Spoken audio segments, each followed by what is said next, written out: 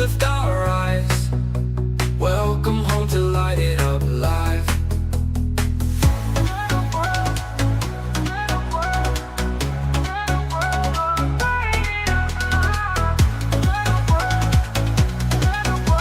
Welcome home to Light It Up Live. In a world that feels so dark, we carry hope, we spark a spark. Faith and love, we come alive. Together here on Light It Up Live. So light it up, let His love shine. Stories of grace, hope redefined. Heart to heart, let's lift our eyes. Welcome home to Light It Up Live.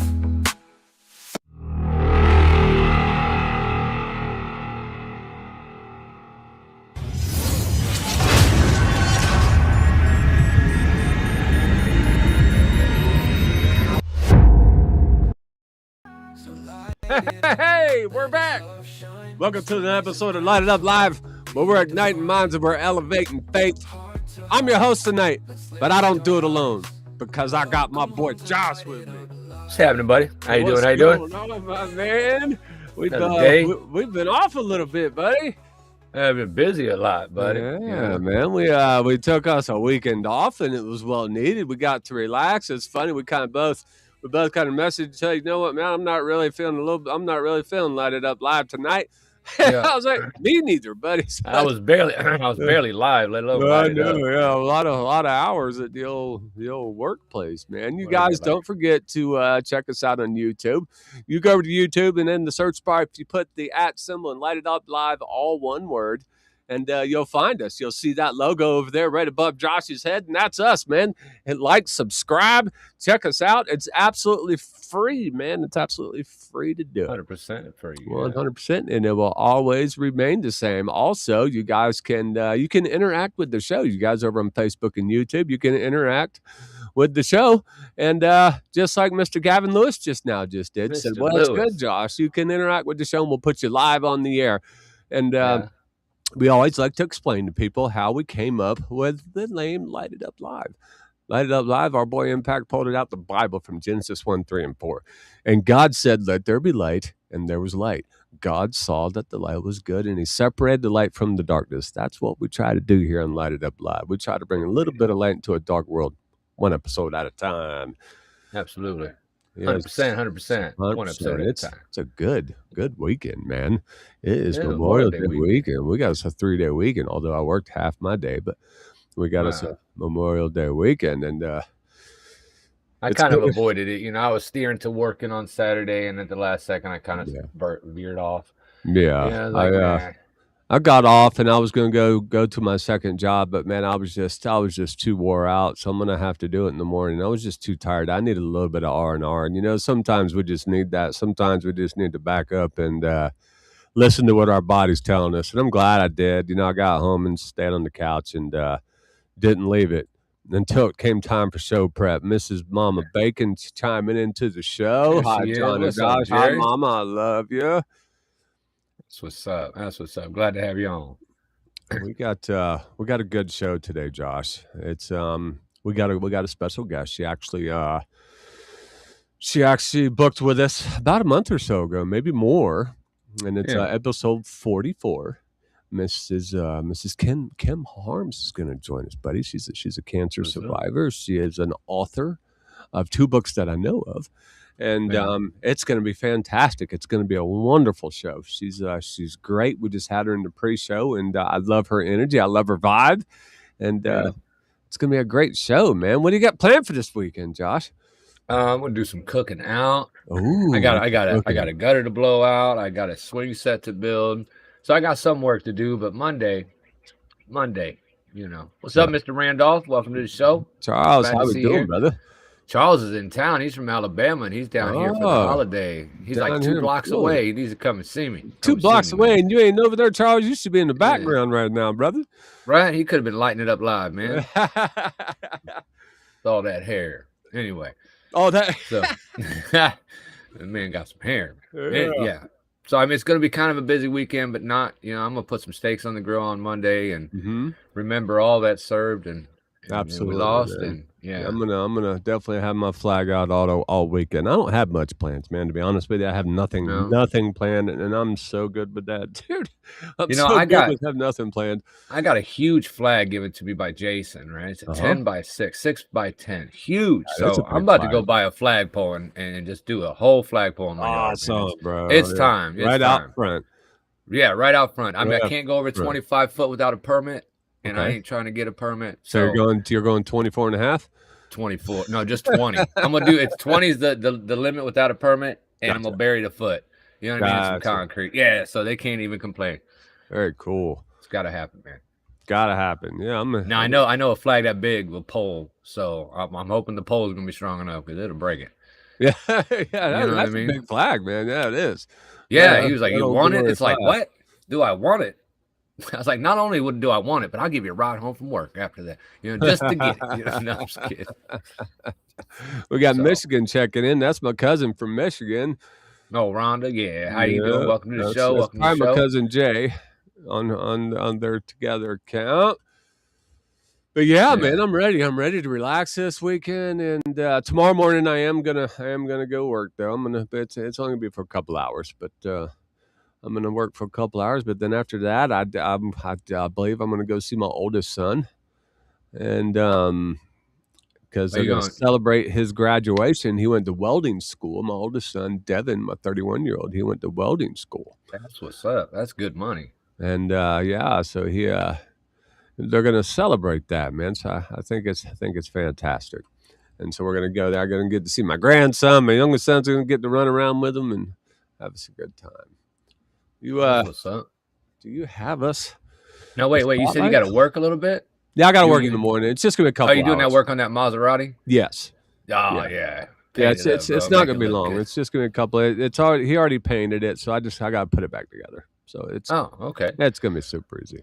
Yeah, a little snip here. Yes, I do have a spotlight. It's really short because of our special guest, Okay. and because I would like to give her more to show than anything else. Because we know what Awesome. Memorial Day is about. We know why we Absolutely. celebrate. And Well, you know what we got to do first. it's time for Josh. You know what time it is. Yeah, It's time for I ain't heard this song in forever. You know. We both hit it up on that. Yeah, I had to twist the song a little Yeah, bit. I know. I know you made the song. I had to twist a little bit. Yeah, that's okay. I dig it. That AI music is actually pretty good. Yeah, it's pretty impressive, right? What you can do. Yeah. All right, my brother, what you got for Josh's spotlight today, man? So my spotlight for Memorial Day is just that. Today I want to remember, we want to remember the ones who sacrificed, the ones who gave all so that we'd be free. The strong men that made easy times, and the easy times that make weak men, and the weak men that make hard times. They didn't do it for nothing. We see the sacrifice. We know what came with that. We know the families that was devastated here in the States when a lot of them boys didn't come home. We feel you. We were your neighbors. I got family that's in the service. God bless that they came home. Thank you, Jesus, for that. But they were ready. They were ready not to. They were ready to sacrifice everything and make sure this country stays free. Because that's exactly what this is. It's a free place. Amen. Everybody that condemns it, doesn't like it, that's your right to do too. Yep. And I don't see nothing wrong with it. I might not agree with it, but I don't like lima beans neither. Won't see them on my plate. So, but I did a little video that I'd like to do. It's old 98-year-old war veteran, man. I was watching this video and it really got me. And Yeah, let's check it out. you know what I'm saying? I just wanted to share it. So Tell your friends about this place. Tell your friends about the fact that you stood in the rain to hear us today. Tell the friends about your dedication. And then tell them about us. Tell them about veterans and say to them, we gave up our yesterdays for your tomorrows. And if they say to you then, who did you hear speak these words? Tell them. It was a 16-year-old boy. Wow. In the hearts and mind and body of a 98-year-old veteran of World War II.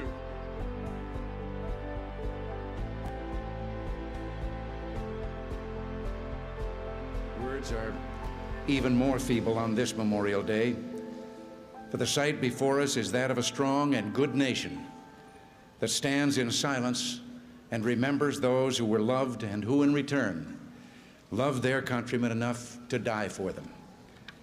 Yet we must try to honor them, not for their sakes alone, but for our own. And if words cannot repay the debt we owe these men, surely with our actions, we must strive to keep faith with them and with a vision that led them to battle and a final sacrifice.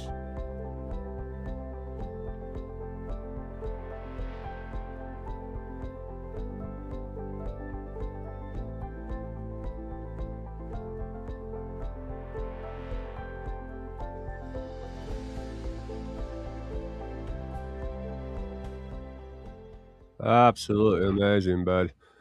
So good. So good. I cut out the end a little too soon, but so good. That's all right. That's the That's same end that good. we always use, the little rollout, the digital rollout. Yeah.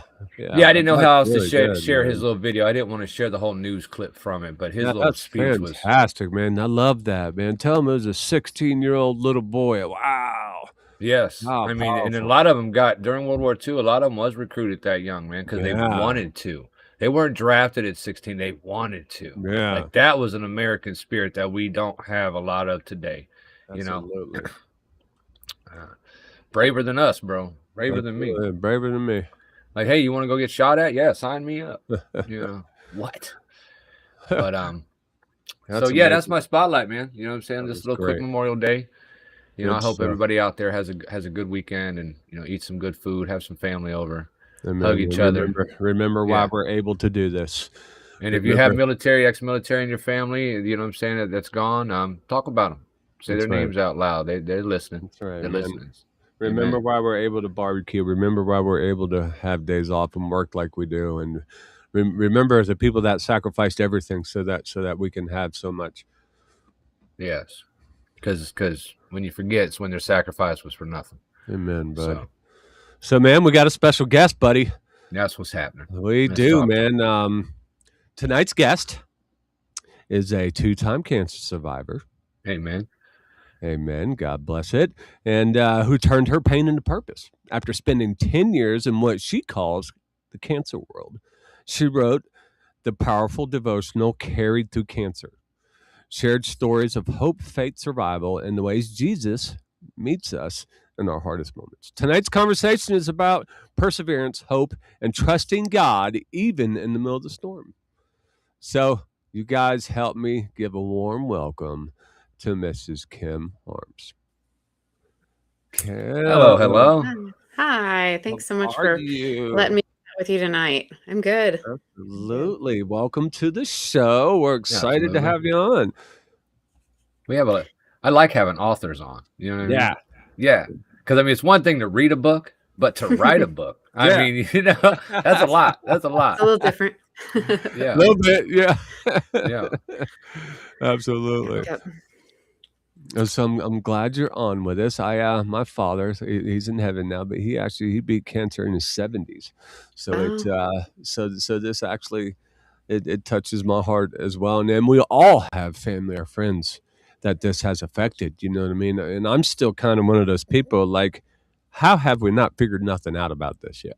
And I'm still like one of those. I'm still floored, with all of our technology. How have we not? And it's just a terrible thing. I hate to even say the word, most of the time I call it the C word, 'cause I hate it so much. Yeah, it is all over, and there's all kinds of different types of cancer. Yeah. I will say that I know in the last probably 20 to 40 years, breast cancer research that's been tons of it. So there's so many good treatments for breast cancer, Yeah. which I had. There are other cancers that are tougher. I mean, they're all hard, but Yeah. I'm very thankful for all the treatment options that I've Yeah. had because I've been through a bunch of them. So Right, Kim. So for people hearing your story for the very first time, take us back. Take us back to the moment you first heard the words, "You have cancer." What went through your mind? sure. I was man, I about collapsed. I remember the day my husband and I were expecting to get the news a day later than we did. And so we had told all of our friends and family that we were going to find out like on a Thursday whether I had cancer or not. And we got the call on Wednesday instead, which ended up being so good because we had like 24 hours to process it before people were expecting to know. We got a phone call from my doctor at like 5 o'clock in the afternoon. She said she was about to leave the office and it came across her desk. And I'm from a small town, Iowa, and I know her quite well. And she's like, if you didn't answer your phone, Kim, I was going to come over to your house and talk to you. But we got off the phone and I remember I just kind of fell into Corey's chest and I'm like, I don't want to have cancer. I don't want to have cancer. I don't want to have cancer. It's a scary word. And when you're first diagnosed, I didn't know if it was, am I stage 1? Am I stage 4? Am I going to have to go through chemo, surgeries? Am I going to make it? All of those things start going through your head. And then it was like, how am I going to tell my children who were pretty young at the time that I was first diagnosed? And yeah, it's just very overwhelming and scary when you those words for sure. Yeah, I bet. Now you survived cancer twice, Kim. How? Wow. Yeah. How did the second battle affect you differently from the first? Yeah, the second one, oddly, I was less fearful just because I'd been through it once before, which may seem strange, but I'd learned so much in the years that in between the diagnosis, and I'd really stayed in the cancer world, and I'd made so many friends, and my first book came out before my second diagnosis, and I'd spoken with a lot of women, helped them walk through some of those surgeries that I had gone through. So I feel like I never really left the cancer world, though I didn't have cancer for those few years in between. But so I was still scared, but it was different. I was fearful again. Am I going to make it this time? Because it was a little bit later stage. I had to go through chemo and radiation and surgeries, and so it was scary, but it was a different kind of scary. I was like, okay, we're going to do this again.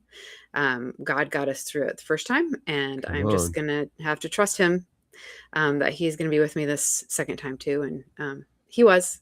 I don't want to do it again, Amen. but it was, sounds like you knew the possibility was there this time versus the uncertainty. Yes. I could see where that would build a lot of courage. Yeah. Man, and as a mom, I bet that's like probably the 99% thing you think about, right? I mean, when it's that C word comes into play, it's your kids. It seems like that would be like the biggest thing, like, oh, my kids. Yes. Kids. Yeah, you definitely, that was one of the first things I thought of. And I was just very concerned for them. And I wanted people to be taking care of them and meeting their needs. The night that Corey and I we have 3 boys, and they were in 8th grade, 7th grade, and 2nd grade. I think Lewis was 8, our youngest, when I was diagnosed the first time.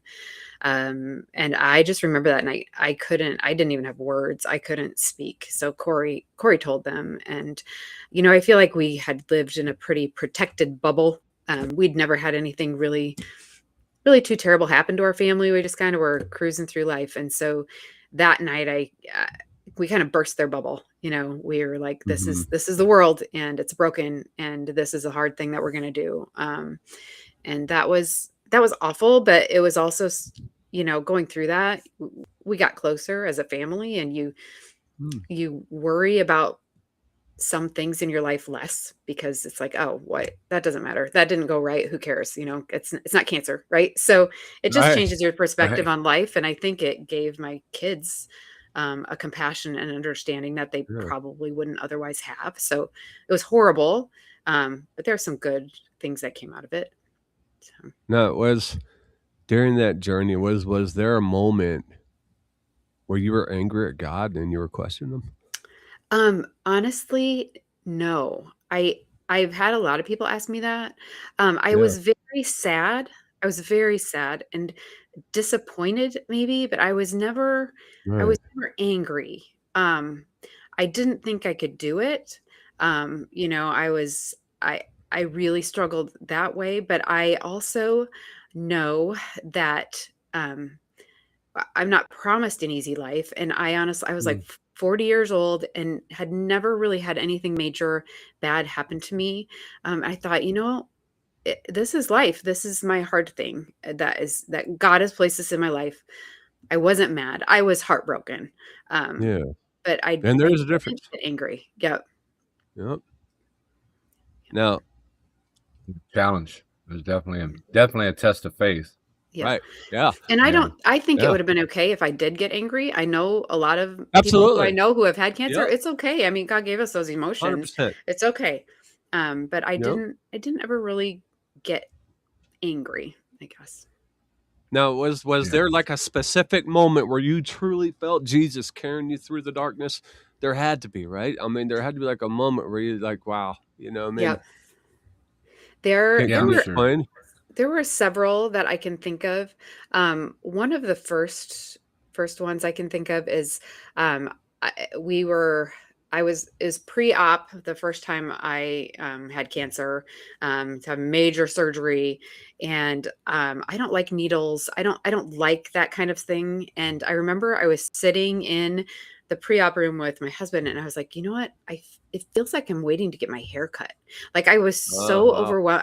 It was so much peace in that room Yeah. that I would have never imagined that's the way I would have felt at that point. And that was totally God that did that. Absolutely. And then I'll tell you the second time I was diagnosed, in between my diagnoses, I met Dr. Beck is her name, Susan. She's a friend of mine now. But when I was writing my first book, I cold called her office. She's a breast surgeon. She's well known in Iowa, where I am. And I asked if she could go through my manuscript with me because there's a lot of medical terminology in there and I want to make sure it was right. Well, at that time, she said, you know what, I'm going to read through each chapter with you and we're going to make sure we've got this all accurate, which was amazing. But then we Wow. became friends. And then I found a lump in my armpit, and she was Mm. one of the first people I called, and she got me right in. And then she happened when I was going in for my surgery with my second diagnosis. She was my surgeon. And so I was wheeled back to the operating room by my friend Susan. And like the last face I saw as I'm drifting off before surgery is my friend Susan. And that's just a testimony of God, like through the whole thing. Like, I'm going to Amen. introduce you to this woman. And then like 6 years later, you're going to really need her. Absolutely. And we're That was still just great. friends.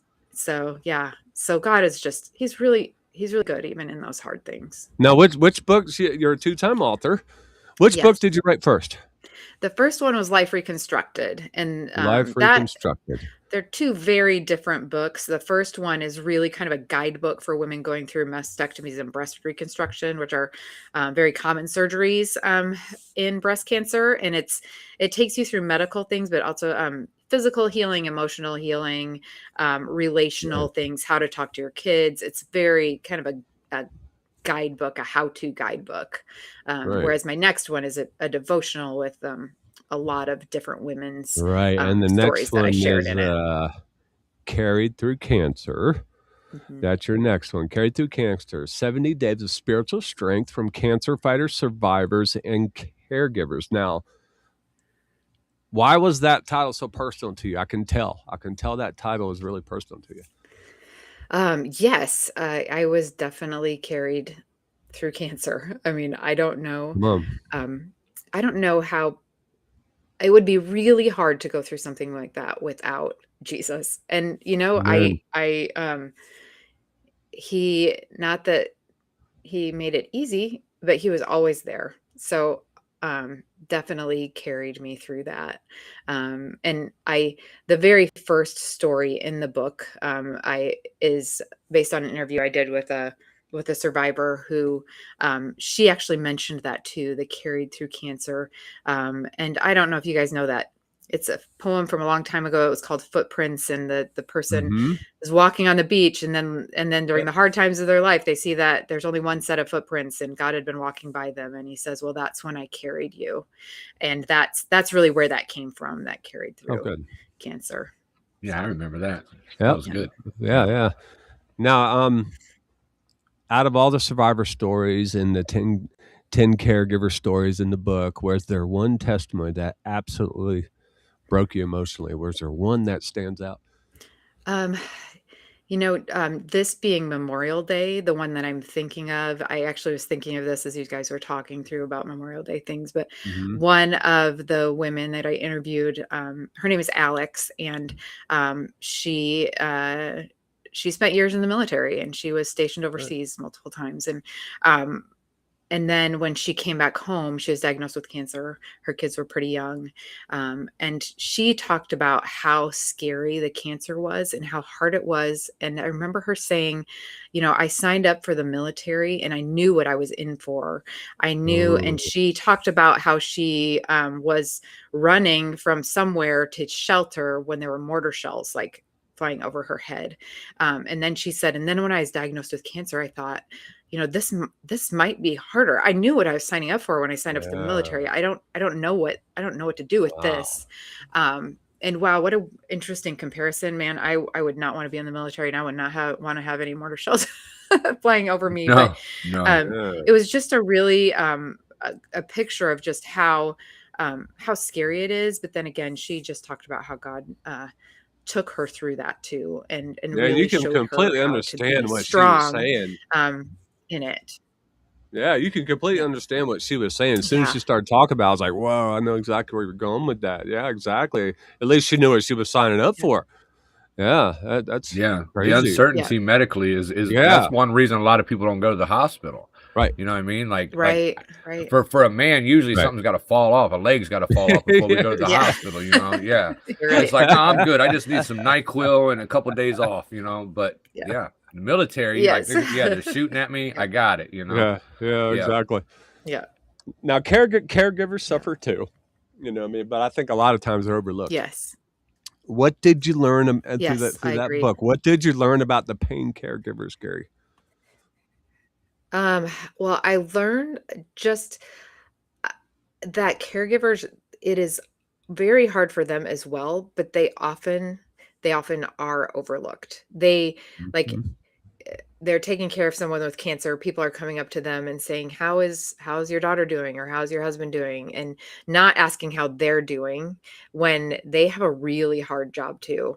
In fact, I think sometimes almost harder, depending on the circumstances, sometimes than the person with cancer because they want so bad to take it from you. My husband Yeah. would have wanted, he could have taken it from me and done that for me, he would have, but to be in a caregiver position where you're kind of helpless in a lot of ways, I think is just so hard. And people don't realize it. So those caregivers do get overlooked sometimes. And that's why I wanted to interview caregivers for this book as well. So yeah, it was pretty neat talking to them and just seeing their perspectives and just where God met them in their caregiving too.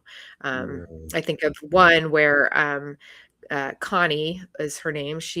Her mother had a type of cancer where she would have tumors that would grow in her chest, and they would have to be surgically removed. There was nothing else you could do, so they'd get rid of them, and then they'd be gone for a while, and they'd come back. And she would had to have multiple surgeries at Mayo Clinic in Rochester, Minnesota, and they drove there, and it was hours long drive each time they had to go, and she had to go up there for appointments in between. And she told me that that was hard to do, but she got all of this time in the car with her mom and her dad.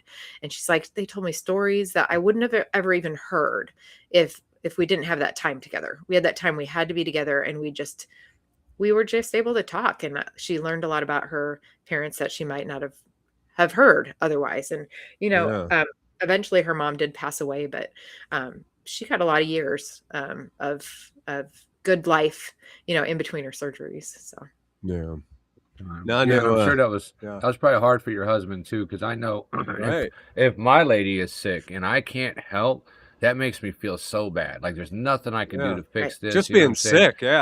Yeah. Yeah, sick. I can get her some chicken noodle soup or something, but something like Yeah. cancer is, Oh, it man. takes, to take a toll Yeah. on someone that you love. You know what I mean? Absolutely. Yeah. And We try to be because the there's hero, nothing you can like touch. Yeah, there's nothing you can do to it. Yeah, you can't make No. it leave her alone.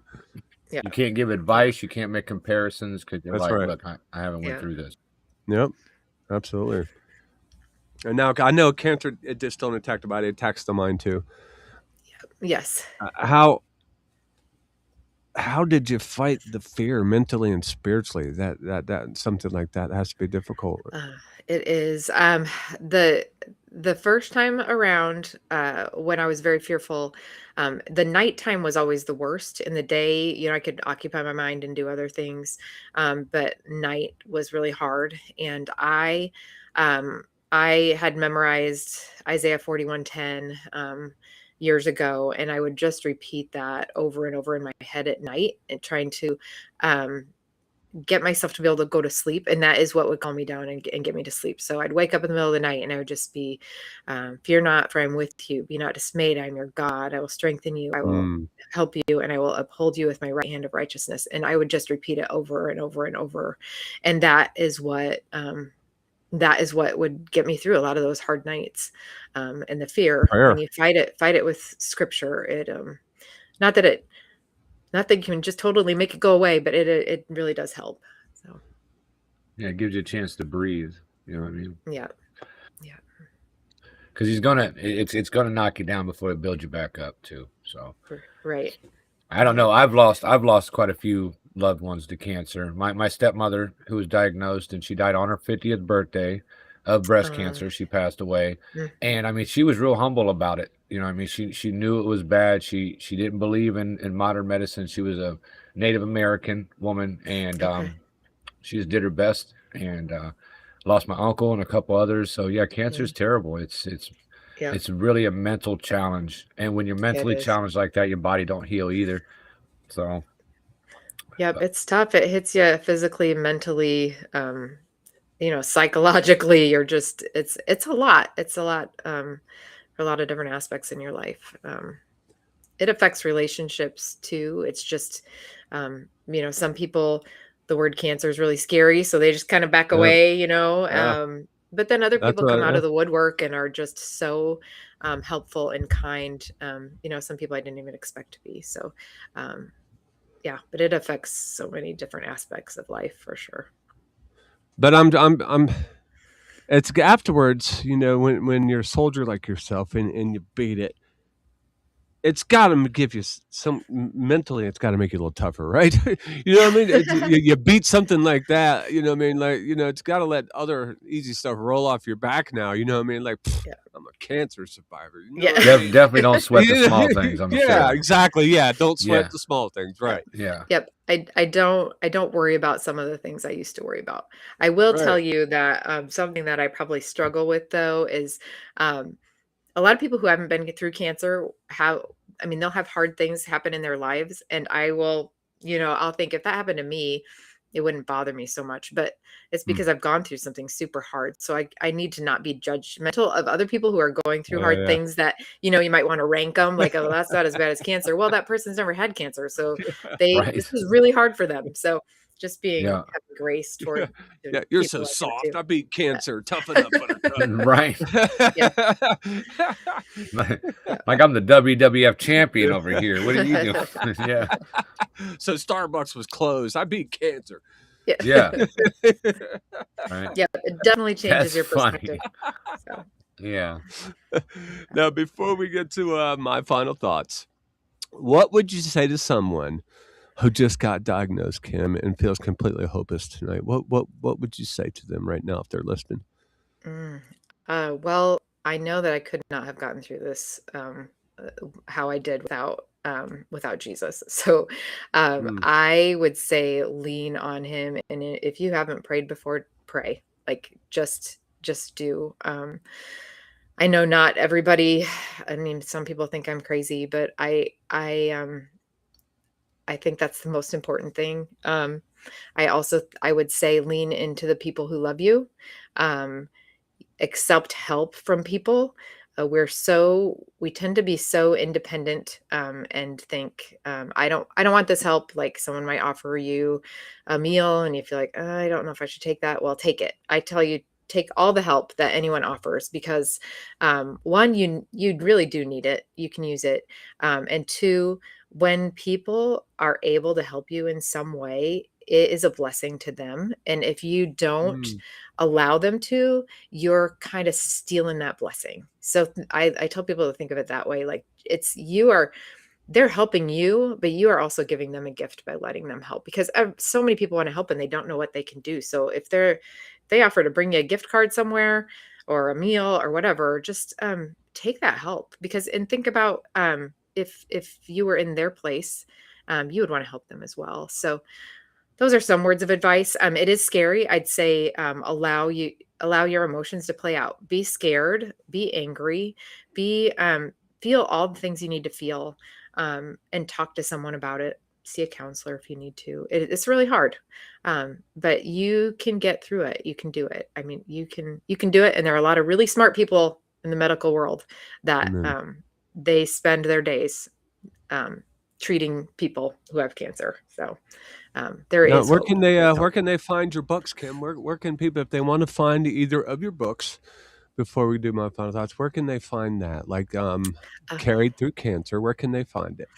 Yeah, they are both available on Amazon, which is probably the easiest place, but or anywhere you buy books online. If you look them up, there's Okay. a variety of places you can buy them. They're in some Barnes and Noble stores. So if you were to go into a brick and mortar store and buy it in a real store, also I have a website. It's kimharms.com. You can connect with me there.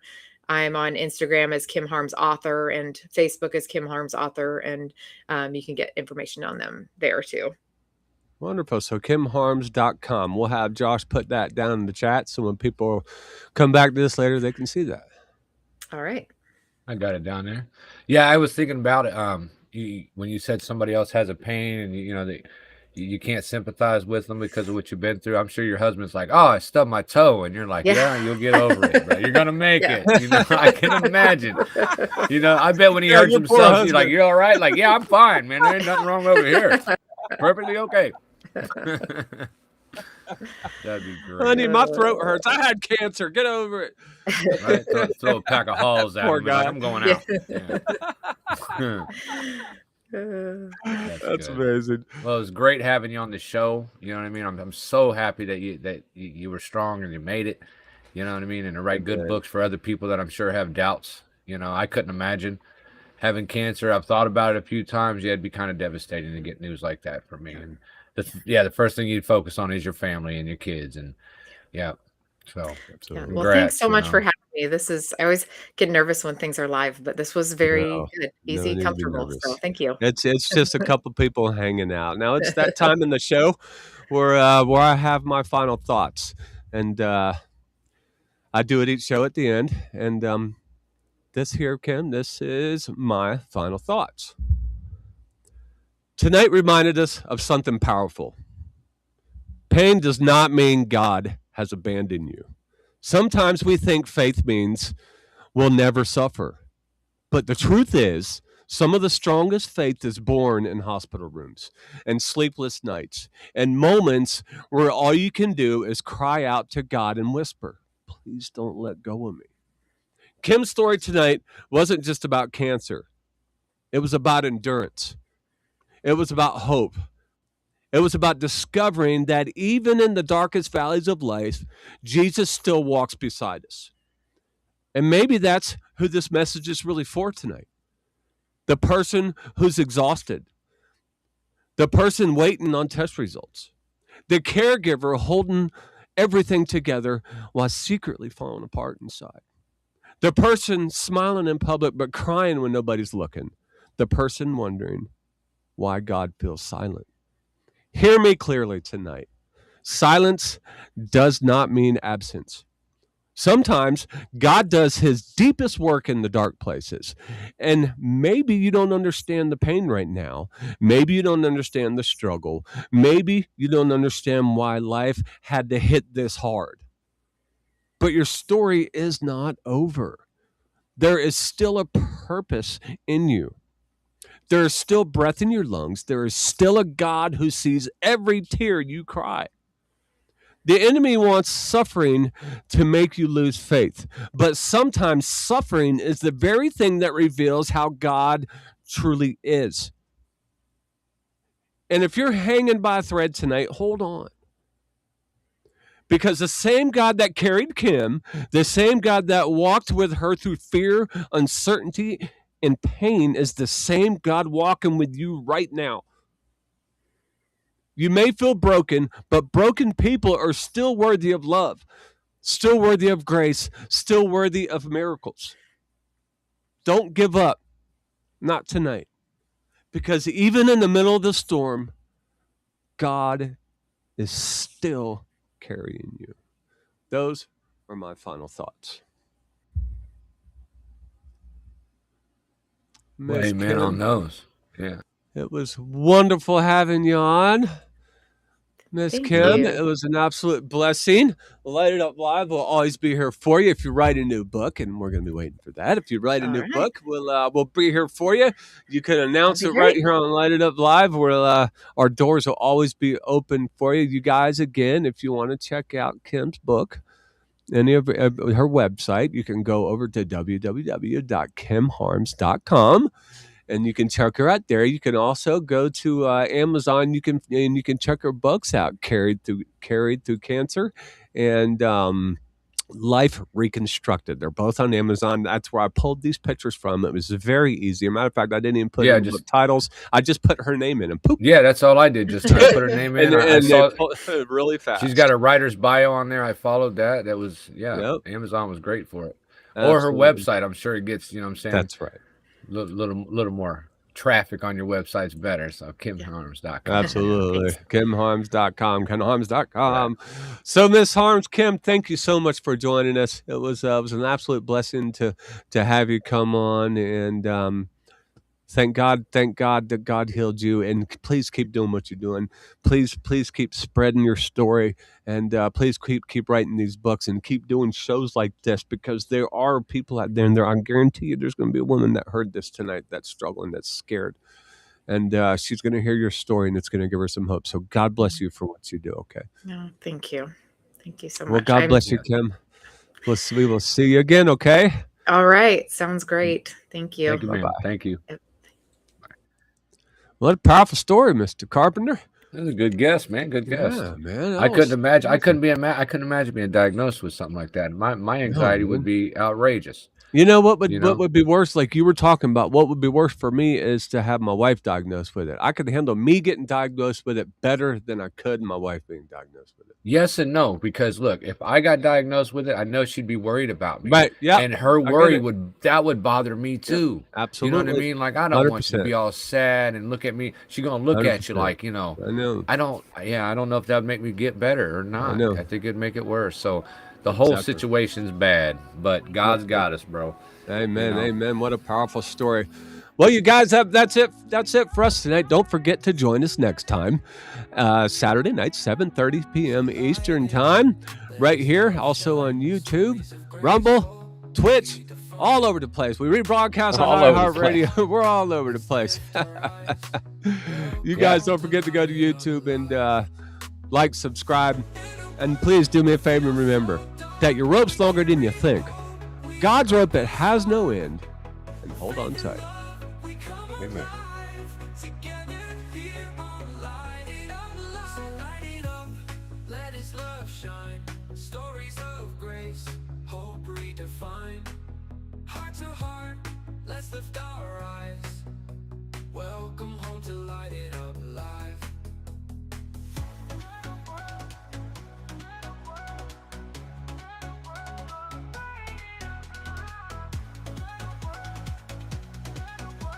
Welcome home to Light It Up Live. In a world that feels so dark, we carry hope, we spark a spark.